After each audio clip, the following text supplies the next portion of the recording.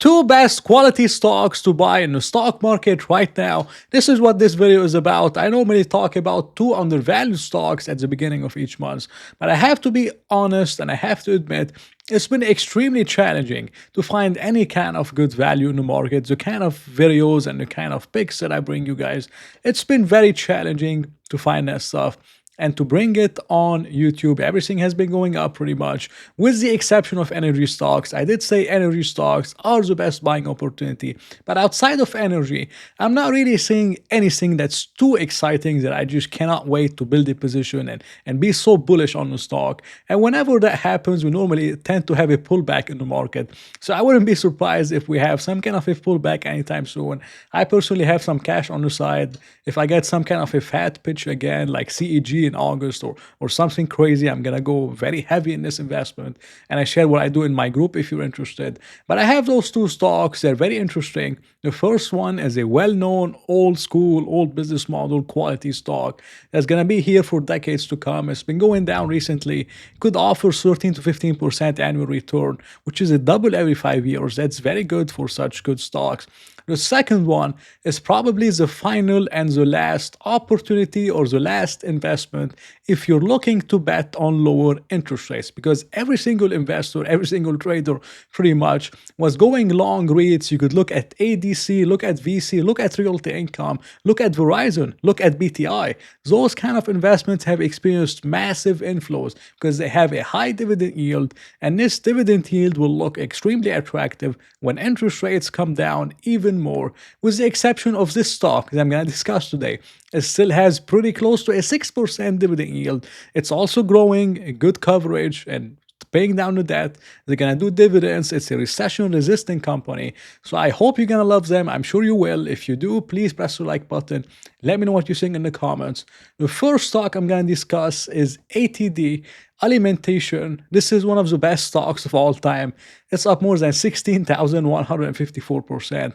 And it's definitely not too late to get into ATD. There were many times people thought, oh, I'm too late, it's up so much. And anchoring is a big mistake, and it just keeps going higher. So you have to look at the value and the fundamentals relative to the long-term future for the company. And if you look at ATD, it's down 4% on the year, which is not easy to find. From 52-week high or all-time high, it's down around 13% for a very good reason that I'm going to discuss.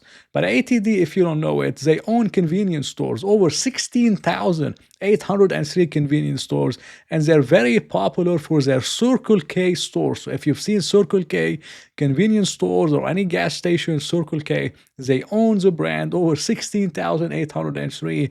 They benefit from selling fuel, but mainly from selling merchandise. They sell cigarettes. They're even starting, I believe, to sell some alcohol in Canada, which if it goes like nationwide or worldwide, they can sell alcohol in convenience stores. I mean, that would be huge for a company like ATD and for a lot of the convenience stores that operate such a business model. But the main reason it's down is because I'm sure a lot of you know Circle K, but I'm sure a lot of you also know 7-Eleven. And Circle K, which is ATD, they're trying to acquire 7-Eleven, which is mainly a Japanese company. They offered them $39 billion for 7-Eleven. They rejected the offer, but they're interested. They're interested in selling 7-Eleven, but they said 39 billion is too low. So there's a lot of negotiations that happened, and whenever you have such negotiation, you have uncertainty, and the market hates uncertainty, and the stock starts selling off. And this is the reason why ATD, after starting doing so well, 85, on that uncertainty, it fell off and it kept going down. And I really hope it goes lower because I'm going to be extremely interested in buying the stock again. I'm going to talk about this, but this is the story with 7-Eleven, and this creates pretty much two main uncertainties. The first uncertainty, if they were able to reach a deal, will the deal even be approved by the authorities? Will there be any antitrust accusation or monopolistic accusation? Because Circle K is huge. I mean, you could see it everywhere. And 7-Eleven is also huge. So if you combine those two together, it's going to be like the best company in the history of the world. And they're going to have so many synergies and so many things. It's just an amazing market, strong market hold. And I'm not sure if they're going to even approve it. This is the first uncertainty or the first concern. The second concern is where will they get the money from? Where will they get the 39 billion? ATD doesn't have 39 billion plus on its balance sheet. So there's many different case scenarios. The first case scenario is again, I'll try to use some debt. This is an analyst. He said the leverage ratio, they could take it up to 3.75 with no impact on the credit rating. Their current ratio is 2.1 times. They could take it up to 3.75 and finance it, and everything's gonna be fine, no problem. This is the first alternative, and the most likely alternative that ATD will use. The second alternative, which is scary, and this is issuing shares. This is what normally happens. Once you have such big acquisitions, you normally have the company issuing shares to do those acquisitions. But maybe not ATD, because ATD is very good with their own shares. They always buy back stocks. They're very careful. They don't use shares a lot. They mostly use debt, and they're very careful with their shares.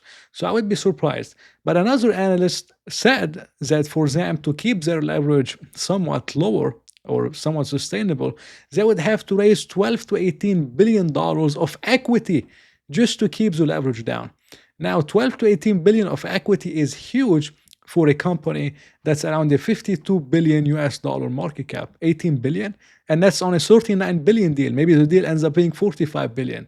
Then the dilution would be like 22 billion on a 52 billion dollar company or something crazy. It would be absolutely insane. The stock would tank very much, and it would be probably the best buying opportunity ever. And ATD is very smart with acquisitions. They're not going to do an acquisition that's not going to create more value per share than they actually took. And you could see it from the chart. I did say it. It's one of the best stocks of all time for good reasons. They're very good with M&A. They acquire car washes, different brands. I believe they acquired Total in Europe and in many different places, a lot of assets. So it's an amazing company, good capital allocators. But if that does happen, it would be like the best buying opportunity of a lifetime. And I would love to like put half my portfolio in it or something crazy. And the company is amazing. But that's what I have to say. If it's dilution, it's going to be bad. The company right now got back to fairly valued. It's not undervalued, it's fairly valued. It went as high as 20 times. That was just extremely expensive. The mean was 17 and a half times earnings. Now it's trading around 18, low 18 times earnings, which is somewhat fair. It traded between 17 and a half to 18 times most of the time. So I'm not seeing a multiple expansion or a multiple contraction. I believe, 17 and a half, 18 times, we will likely have this multiple be here over the long term. So I'm not assuming any multiple expansion or contraction. But if you look at the target of the company, they target 15% return on capital employed, and their earnings per share grew 13 to 15% over the last 20 years. And I would not be surprised if the long-term returns end up close to the return of capital employed of around 15%. So for me from here, ATD is a stock that's trading at fair value. It's not a stock that's extremely undervalued, but even from this multiple, I could see 13 to 15% annual return on this amazing quality company. And we're going to see what happened with the 7-Eleven deal. As I said, it could be the best buying opportunity of a lifetime. If it pulls back on some kind of a deal and maybe it just goes down, then you could buy it at a much lower price and the deal doesn't go through and then it goes back up. You make 20% in 2 weeks. I mean, it happened to me before. It would be an amazing opportunity. So even if you don't want to buy ATD, I would encourage you to keep it on a watch list and just watch what happens if you don't want to own it right now. But right now, I see 13 to 15% upside potential every single year on ATD very easily. And I love the management. I love the company very, very much. This is the first one. The second one, which is mainly a controversial stock, I talked about it before. Some people really hate the company. Some people like the company because they look at the fundamentals and they don't look at the story too much. They just focus on the fundamentals. Some people do like it. And this is PFE, which is Pfizer. It's a horrible chart over the last 5 years, down 15%. The stock is trading at 12 times earnings, close to a 6% dividend. That's growing with amazing pipelines, amazing stuff that I'm going to discuss. And it's punishing the stock much more than it should be, especially in this market where all these stocks are expensive. Pfizer is extremely punished on a relative basis, sitting at $28.94, very close to the 52-week low. Pfizer is also entering the weight management space. And it's very early on. I think it's going to take like 2 years, but they're trying to do some kind of a drug that I believe is somewhat better than Ozempic that NVO did. But this is the best part about investing in pharmaceuticals is you never know when you're going to have this successful drug that's going to just it's just going to be a game changer. So you have a lot of call options with Pfizer, mainly in oncology. They are big in oncology. After acquiring Seagen, which is currently unprofitable, they're going to take it to profitability, and it's going to be a massive profitability machine for Pfizer over the long term. They also still have the vaccines business, of course, and they own many popular brands like Advil, like Centrum, like just many brands that you know. So they have a strong free cash flowing pipeline that's spitting out amazing free cash flow right now. They're paying dividends, doing the debt stuff, paying down the debt. They're going to resume buybacks after a while. And you have so many call options within the weight management, within oncology, and many different things where if you have some kind of a successful drug come out, it's going to be a game changer for the company. And it's trading at $28.94. There's a lot to be excited about. And it's not like the company is struggling. The company is actually raising guidance. They raised EPS guidance. It was 215 to 235. They raised it to 245 to 265. This is an amazing raising guidance. And you see, does own the stock. He bought the stock a few months ago. It was a big purchase, which I discussed on my channel. And even revenue guidance was up. And everything is heading into the right direction. Everything is improving except the stock, Pfizer. And it just keeps going down. And I think relative to other opportunities in the market, it's presenting an opportunity. The dividend right now is around 5.64%. It was around 6% before. Now it's at 5.64, but even 5.6% dividend, as you could see, first, it's much higher than the Fed funds rate. Not much higher, but it's a little bit higher, and especially if it goes down more. The second thing is on a historical average, it was like 3.9 maximum, as low as 2.6% on Pfizer, because it's a growth company. The company is actually growing profitability. So the dividend shouldn't be high. But this is a rare occasion where you have free cash flow growth and you have a high dividend, which is around 5.6%. You could get paid while you wait, and you could bet on lower interest rates if we have much lower interest rates year to year from now. It's eventually going to happen.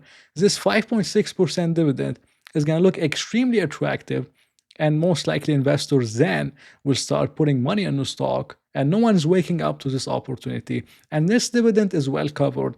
They paid out in total $9.2 billion in dividends in 2023, and the free cash flow for this year is guided around 11.8 billion, pretty close to $12 billion. I wouldn't be surprised if it was 12 billion or higher, because they keep raising guidance. They were too conservative, and this is well covered. And it's more than enough to cover the dividend, do some debt repayment, which they actually did, and they're doing some other investments too. And the CEO did mention that the dividend is a priority, so they're gonna keep the dividend no matter what. The year after and over the next 3 years, their free cash flow is expected to massively expand from $11.8 billion to $18.2 billion. And you have something like Seagen starting to be profitable. This is huge for the company. And many different drugs starting to play out, and many different things. So I wouldn't be surprised if they do get to 18.2 billion, if not much, much higher for the company. And even with that, you're still paying a fair value multiple on the stock. The mean was like 12 times free cash flow. Now you're buying it at 12 and a half times free cash flow, which in this market, on a relative basis, it's very cheap.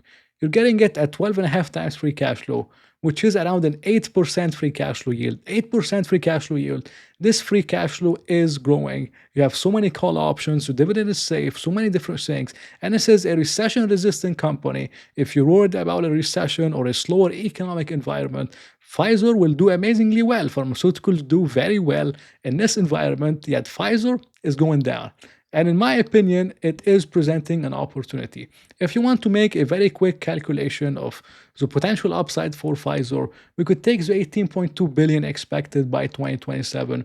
And again, I would not be surprised if it was much higher than 18.2 billion, but we take the 18.2 billion and we time it by the average multiple of 12 and a half times, which is the current multiple, and we time it by 12, or I should say 12 and a half times. And in total, we get something pretty close to $227 billion market cap by 2027, which is like 2.5, 3 years from now.